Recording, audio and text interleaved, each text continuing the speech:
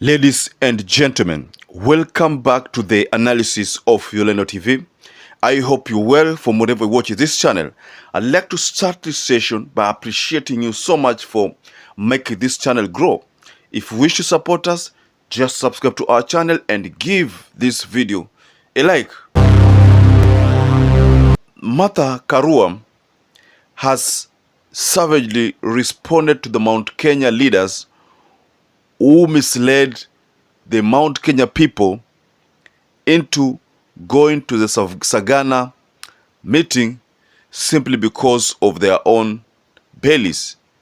So Martha Karua was responding to the trip that William Ruto had of the Mount Kenya, the trip that lasted for 5 days. You remember that trip that was there around 2 weeks ago? So during that trip, the people of the Mount Kenya were invited to Sagana ili wale ile nyama na rice, what you saw, you know, that trended.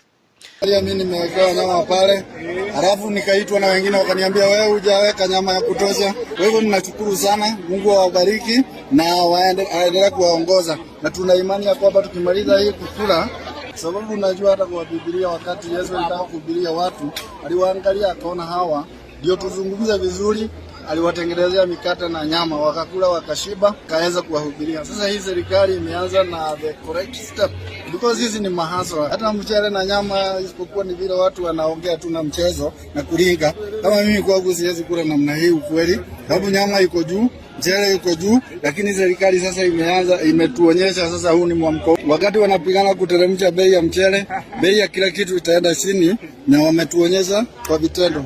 Hii ni mwanzo mzuri na ni So also there was a narrative that because of that move, the leaders of Mount Kenya were forced to shelve the ambition, the one man, one vote, one shilling.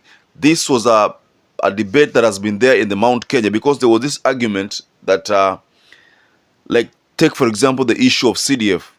If you're, for example, given 100 million to sustain the constituency needs, but maybe in your constituency you have like say 100,000 constituents, then another person who has less in number, let's say for example someone who has 20,000 within his constituents, also given the same money.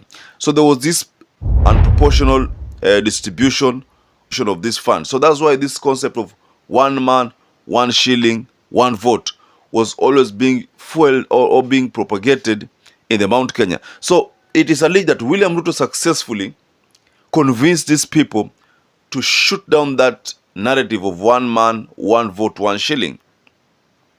So that explains why Martha Karua, the second in command in Azimio, has come back to hit at these leaders, telling them as it is. So I have two videos, ladies and gentlemen. One of the video will be talking about the one man, one vote, one shilling.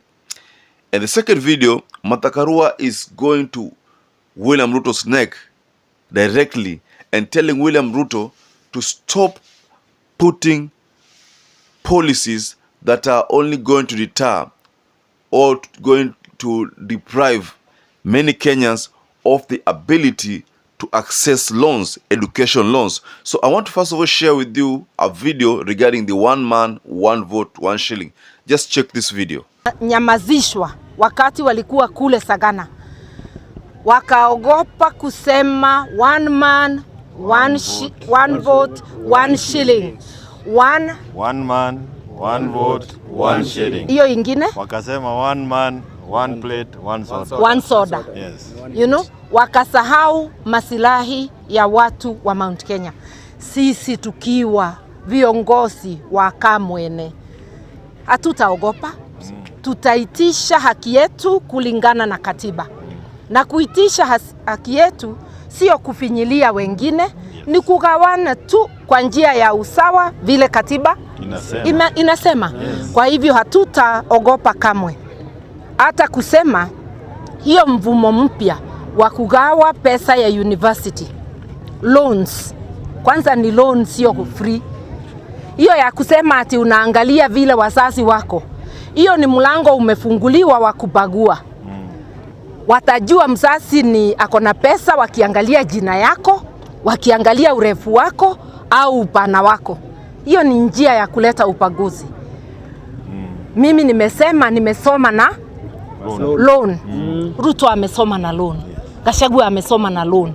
Sisi sote viongozi wengi wetu tumesoma na nini? Loan. Patia watoto wa Kenya bila kubagua loan wasome kama wewe. So from that video, Martha Karua is literally trying to tell the Mount Kenya people that they were gagged. They were not allowed to talk about what is of the most interest to the Mount Kenya people, the one man, one vote, one shilling debate. So I think if you look at that time, you know, the meeting of the Mount Kenya was, to me, a bit political. It was just politics that were being played, because if you look at all those rallies which were held during that tour, the main agenda was either Raila Amolo Odinga or Uhuru Kenyatta, or the handshake government, or the failures of the handshake government. So most of those things were touching on those items that I've mentioned. They were not talking about the interest at hand, the interest that Martha Karua is talking about, that is the one man, one vote, one shilling. So I don't know whether the new strategy of Martha Karua and the team of Azimio within Mount Kenya to now go back to push for this narrative that the people of Mount Kenya were cheated on when they were invited for a meal and then their issue was not addressed. Because I think the bottom line here is that Mount Kenya people ni wengi sana to a level where by now this distribution of CDF, distribution of resources should be, according to them, should be escalated a bit, because it's not meeting the needs of the Mount Kenya people. And you know, Mount Kenya is one of those regions which William Ruto wouldn't want to let go. You know, he'd rather do anything but stop anybody from trying to, you know, climb the mountain. Raila tried to climb the mountain, but you know what happened? Of course, we know that he did get a considerable chunk of votes there, but the rest is history. You know what happened. So I can say that Martha Karua's sentiments here makes a lot of sense. And if it's anything to go by, then I think Rigathi Gachagua, Ndindi Nyoro, Ichungwa and the like needs to wake up to the realization that the tides can decide to change any time from now. I think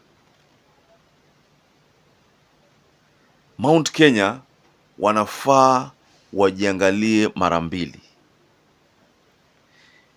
If they are happy because they were given rice and nyama, I understand there is also the narrative has shifted from one man, one vote, one shilling to one man, one meal, one soda. That is how that is how the Azimio people have crafted that narrative.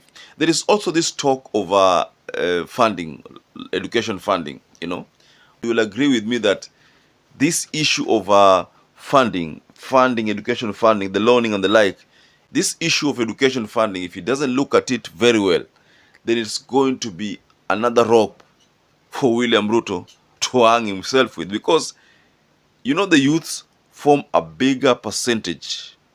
Now, if the youth decide that, oh no, this government said education will be free, now it's telling us that education first, fee imepanda, second, it is not going to be free, it's going to be pretty expensive, and that some of us who cannot meet this might not be able to learn. So, ladies and gentlemen, I wanted to react to these two videos by Martha Karua below the comment section.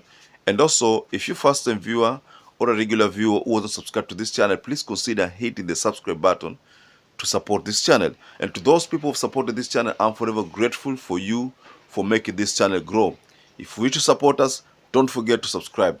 Give this video a like and don't forget to hit the notification bell. Until we catch up again in the next analysis, stay safe and stay blessed.